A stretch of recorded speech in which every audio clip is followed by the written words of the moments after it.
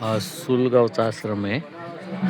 आम्ही मागच्या वेळेला जो सांगाडा दिसतोय तिकडे मेटलचा, त्याच्यामध्ये थांबलेलो होतो. साईडने नीट होते तेव्हा, बाकी लाईट पण नव्हती. इकडे पाठीमागं टॉयलेट बाथरूम आहे.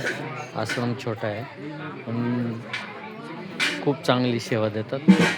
हा नर्मदा माईचा किनारा आणि हा इकडे खाली घाट आहे. ही लोक आता निवांत जेवून झोपलेली आहेत. आम्ही उशिरा आलो 8-10 जण, म्हणून आमच्यासाठी जेवण बनवायची लगबग चालू आहे. म्हणजे बऱ्याच वेळची चालू आहे. आता तयार झाला असेल कदाचित. मग आम्ही जेवण करून मग पुढे निघू.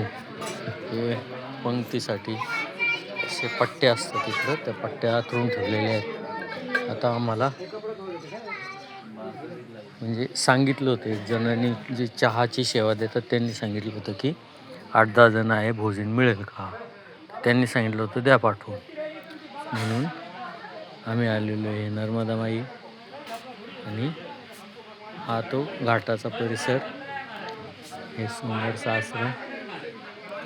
या आश्रमात नाही म्हणलं तर 100 लोक जेवलेत, काही निघून गेलेत, काही निवांत आराम करतात, काही धुणं धुतलंय, काही धुणं वाळायला घातलंय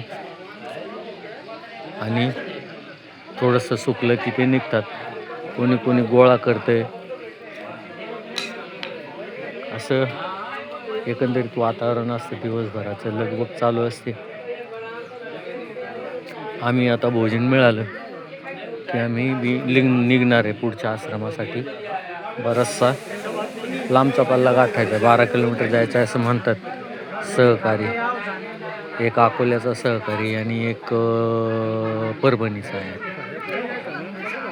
हे मंदिर आहे छोटंसं. मंदिर ॲक्च्युली शिवमंदिर त्याचं पश्चिमेला तोंड आहे. हे पूर्वेचं छोटंसं आहे. 2 वेगळ्या वेगळ्या शिवलिंग आहेत. हे मारुतीचं मंदिर आहे.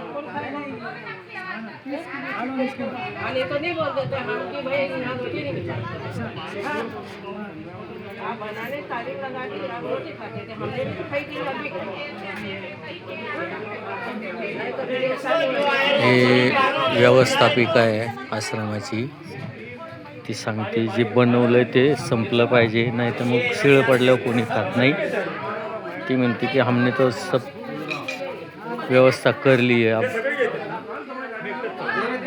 थोड़ा रुको करके.